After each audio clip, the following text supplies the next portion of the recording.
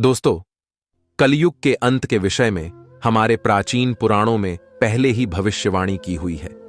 कलयुग का प्रभाव कैसा होगा, कलयुग में मनुष्य का व्यवहार कैसा होगा, कलयुग की स्त्रियां कैसी होंगी, कलयुग में मनुष्य का आकार और आयु कितनी होगी, कलयुग में पाप और पुण्य की परिभाषा क्या होगी, कलयुग में मुक्ति पाने के कौन से मार्ग होंगे तथा कलयुग का अंत कैसे होगा आदि के विषय में हमारे प्राचीन पुराणों में कलयुग की भविष्यवाणी की गई है। भगवान श्री कृष्ण ने कलयुग की भयावहता का वर्णन गरुड़ जी के सामने किया है, जिसके बारे में प्राचीन गरुड़ पुराण में बताया गया है। तो चलिए जान लेते हैं। नमस्कार दोस्तों, आपका स्वागत है एक नए वीडियो में। दोस्तों, वीडियो को लास्ट तक जरूर देखें।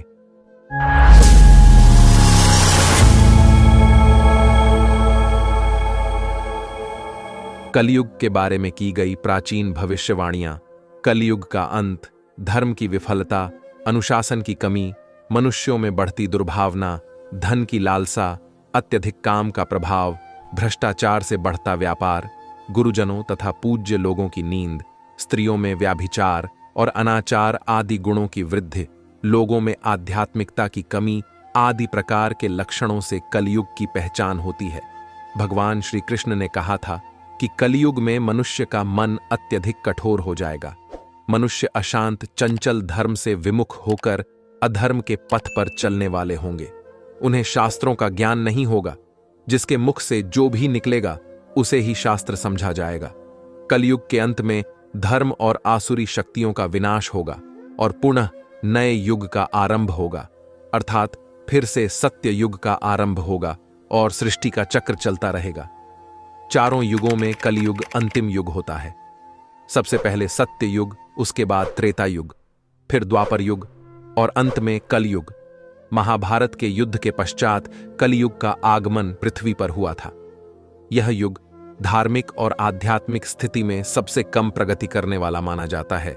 मान्यता के अनुसार आज से 3137 साल पहले महाभारत का युद्ध हुआ था और कलयुग का आरंभ इस युद्ध के 35 वर्ष के पश्चात हुआ, अर्थात भगवान श्री कृष्ण के अपने धाम जाने के बाद हुआ। श्री कृष्ण कहते हैं, कलयुग में लोग अपने स्वार्थ को ही सर्वोपरि मानेंगे। धर्म का त्याग करके मटेरियलिस्टिक उद्देश्य को पाने के लिए जी जान से कोशिश करेंगे। धर्म में विश्वास न होने के कारण लोग अन्यायपूर्वक आचरण करेंगे। यदि हम आज के समय में देखें तो पाप इतना बढ़ चुका है, मानो ऐसा लगता है कलयुग का अंत अब निकट आ चुका है। लेकिन कुछ विद्वानों के अनुसार यह तो बस शुरुआत है। आगे कलयुग और भी भयानक रूप लेने वाला है। कलयुग के उस भयानक रूप को देखने की क्षमता आज के मनुष्यों के अंदर नहीं है। जब कलयुग का अंतिम समय निकट आएगा तो ऐसी ऐसी भयानक चीजें दिखाई पड़ेगी।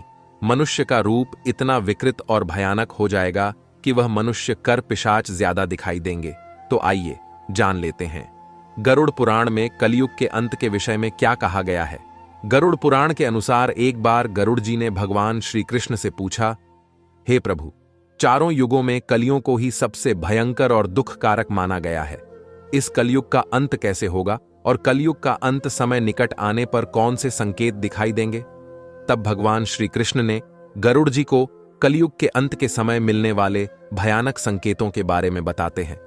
जब पृथ्वी पर चारों तरफ ऐसे संकेत दिखाई दे तो मनुष्य को समझ जाना चाहिए कि कलयुग का अंत निकट आ चुका है और अब सृष्टि का अंत प्रलय से होगा।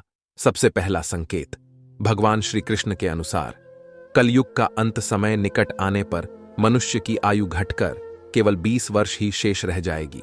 12 वर्ष की आयु में ही मनुष्य के बाल पक जाएंगे। उनका शरीर अत्यंत कमजोर और सफेद रंग का होगा। स्त्री 8 या 9 वर्ष की आयु में ही संतान को जन्म देगी।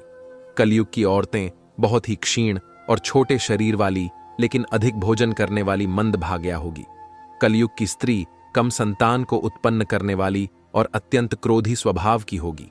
वह अपनी संतान को दूध नहीं पिलाएगी और न ही उसका पालन पोषण करेगी। दूसरा संकेत, भगवान श्री कृष्ण कहते हैं, कलयुग का अंत समय निकट आने पर संसार में पतिव्रता स्त्री दिखाई नहीं पड़ेगी। एक ही स्त्री कई पुरुषों से विवाह करेगी। लोग पूजा पाठ, श्राद्ध, अंतिम संस्कार मुंडन और विवाह आदि प्रकार के कार्य नहीं करेंगे। जल के अभाव के कारण लोग स्नान नहीं करेंगे और अशुद्ध ही रहेंगे। कलयुग के अंत में लोग केवल मांसाहार ही करेंगे और कोई भी सात्विक आहार नहीं करेगा। कलयुग में लोगों के वस्त्र तने हुए और चमकीले होंगे। तीसरी बात, श्री कृष्ण के अनुसार जब कलयुग का अंत समय निकट आएगा तो वृक्षों में फल आना बंद हो जाएंगे। सभी वृक्ष फल रहित हो जाएंगे। सृष्टि में हर तरफ केवल शमी के वृक्ष दिखाई देंगे। मनुष्य शाकाहार छोड़कर केवल मांस का भक्षण करेंगे।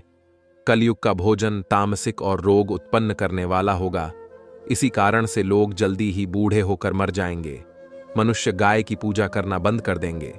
सभी गाय का मांस खाएंगे। गायों को केवल दूध और मांस के लिए ही पाला जाएगा। चौथी बात, कलयुग का अंत समय निकट आने पर अल्प वृष्टि होगी, अर्थात बहुत ही कम बारिश होगी। खेत अनाज नहीं उगा पाएंगे। धान का आकार बहुत ही छोटा होगा और फलों में रस भी उत्पन्न नहीं होगा। मनुष्य भूख और प्यास के कारण ही मरने लगेंगे। मनुष्य को केवल बकरियों का दूध ही प्राप्त होगा। पांचवी बात, जब कलयुग का अंत होने वाला होगा तब भगवान विष्णु सूर्य की किरणों में विराजमान होकर पृथ्वी का संपूर्ण जल सोख लेंगे। आकाश में चारों तरफ 7 सूर्य दिखाई देंगे। इन सभी सूर्य के प्रकाश से संपूर्ण सृष्टि जलकर खाक हो जाएगी। तत्पश्चात रुद्र रूपी भगवान विष्णु संपूर्ण संसार को दग्ध करके अपने श्वास से मेघों को उत्पन्न करेंगे और यह मेघ एक भयंकर गर्जना करते हुए अगले 100 वर्षों तक आकाश से जल की वर्षा करेंगे और सृष्टि की उस भयंकर अग्नि को शांत कर देंगे। अग्नि शांत होने पर वे संपूर्ण जगत को जल में डुबो देते हैं और इस प्रकार से कलयुग का अंत हो जाता है और फिर परमात्मा अपनी इच्छा मात्र से पुनः सृष्टि में जीव की उत्पत्ति करते हैं। तो दोस्तों, इस प्रकार से गरुड़ पुराण में कलयुग के अंत का वर्णन किया गया है। दोस्तों, वीडियो पसंद आया हो तो वीडियो को लाइक और चैनल को सब्सक्राइब जरूर करें और कमेंट में श्री हरि जरूर लिखें। धन्यवाद।